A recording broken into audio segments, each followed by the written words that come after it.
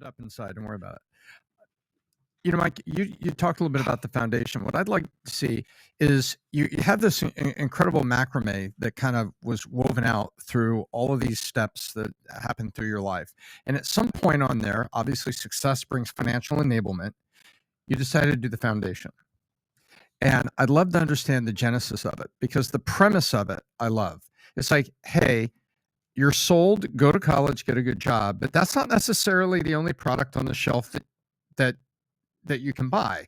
You're being sold that product, but there is other alternatives in life, and you've dedicated yourself to building the foundation to show people that, through trade school and other things, that you might be surprised that the local plumber makes $50 an hour, right? There's a lot of things that people don't know about it. I dedicated the second half of my career to teaching, and that's, you heard the phrase biz doc, that's my alter ego. And I have a simple credo. It says, I'm the biz doc, and I hope I left you better than I found you. I don't know. I'm going to try, but I just hope. But it doesn't make me better or worse if I don't. I just hope that maybe I can impart something that gives you a hand and teaches you.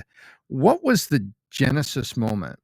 Obviously with some financial enablement so you could create a foundation that led to, you know what, I'm going to put this foundation together because I got some messages and I've got some assistance I can give these young men.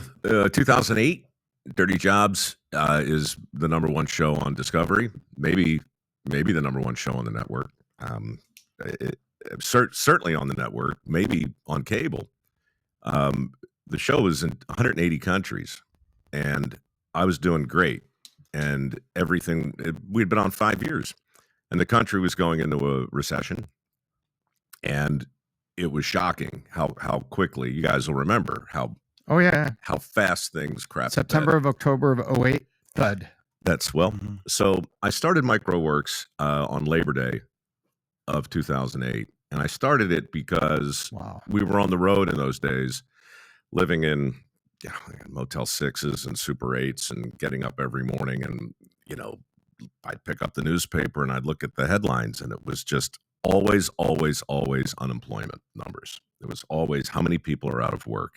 And I remember watching it go 5, 6, 6.5, 7, 7.5, 8, over 10%.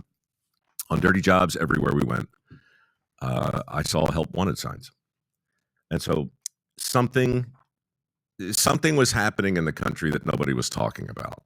And it had to do with what I thought at the time was a mismatch of skills.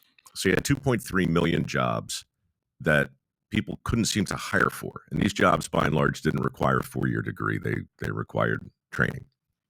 And, after these jobs, I would always go out and have a beer with the people that I worked with. And I'd always ask them the same question. And it was always the same answer. It was just, our single biggest challenge is finding people willing to show up early, stay late, take a bite of the crap sandwich when it comes along, learn a skill that's in demand. We just can't find it.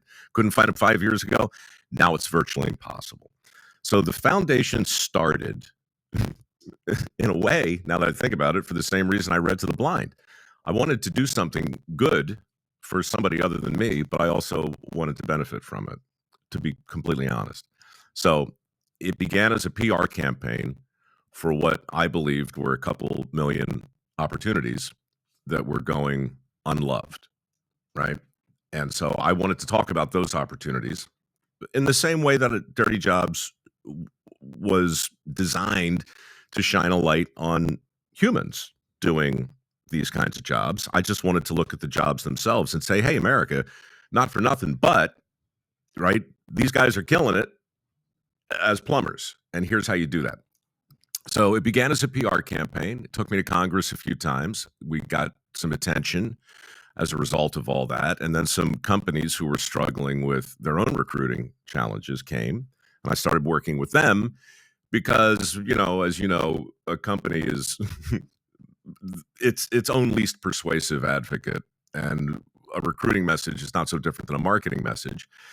And the bullshit meter for people today is very, very high, right? And so companies do a really poor job, by and large, of making a case for themselves.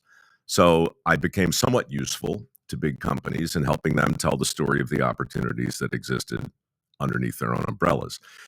And then it sort of morphed into a trade resource center. Fans of Dirty Jobs helped me build an online resource that would just direct people to zip codes where these jobs existed, and then we would attach things to that direction, like apprenticeship programs that were available and other ways to get the necessary training and so forth.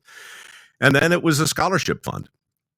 And I guess it was maybe 2012, I started to raise money for that. And we're modest by foundation standards, but we just gave away $1.5 million in work ethic scholarships. Modest stipends, right? Yeah. These are, but they're not for kids who want to go to a 4-year school. These are specifically for people who want to get trained for a skill that's actually in demand. And so we've been at it now 15 years. And what I learned along the way was this is making a difference in people's lives on a micro level, which is awesome. It's making a difference in micro's life, which is awesome. But on a macro level, it is having an impact on the skills gap, and it is helping shape a broader conversation about the definition of a good job. And so we're about $7 million in now. And the biggest thing that's happened, Tom, that I didn't anticipate was that the stories I tell shifted from my own anecdotal experiences and suspicions and beliefs about what's going on in the workforce to actual testimonies from a welder who 5 years ago we assisted, who now owns 3 vans, hired half a dozen people, heating, air conditioning, electric, plumbing, has a mechanical contracting company, does a couple $1 million a year. So it's this nexus of entrepreneurship, a willingness to get your hands dirty, and understanding that opportunity might not look like the thing you were told it looks like, and all of that just kind of smeared together. And so, for me, the great good fortune is that my foundation rhymes perfectly with my identity in the industry. Dirty Jobs and How America Works are the same basic show on 2 competitive networks, justified by an underlying foundation that actually gives me permission to come on shows like yours and say, I think you can still read to the blind, dude, in a way that helps everyone, the reader and the listener. And that brings us back to Rand. Powerful. And it just brings us back to, look, here's what I don't want any of your listeners to be confused by. It's tempting, really, really tempting to sit here and say, let me tell you how I did it.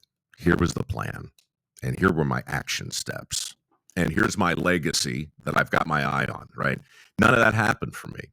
It was simply put your head down, do the next job, get in the hole, crawl through the sewer, get on the crab boat, crawl up the bridge, meet the men, shake their hands, listen to their stories, let them be the expert, and then get out of the way.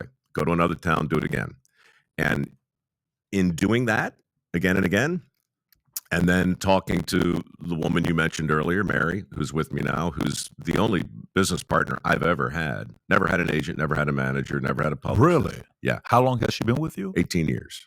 Damn. So is it just business partner? It's I mean, it's everything. Okay, good. Yeah. I mean, it's not that. Oh, okay. It's not that, but it's bigger than that. You know, Mary and I have we can communicate without talking. You know, she was running a really a boutique law firm representing some really big clients, and she got a phone call from me from a sewer. I negotiated my own deal with Discovery, right? And in those days, I negotiated for failure because my business model wasn't based on success at all. It was based on touch everything like it's hot. I was a freelancer. I had 100 jobs a year, by and large. I wasn't looking for a hit. And so I shrewdly negotiated my own deal, which gave them the right to do whatever they wanted in the event of success. Of course, there was no success. Mm-hmm. You know, in my mind, there's no way anybody's going to watch this show. Mm-hmm. Anyhow, it blew up, and I needed help. So I found her, and So yeah, she looks at a release and says, "Hey, have you thought about this?" And I said, "Oh, okay, maybe I should think more." We all need people like that.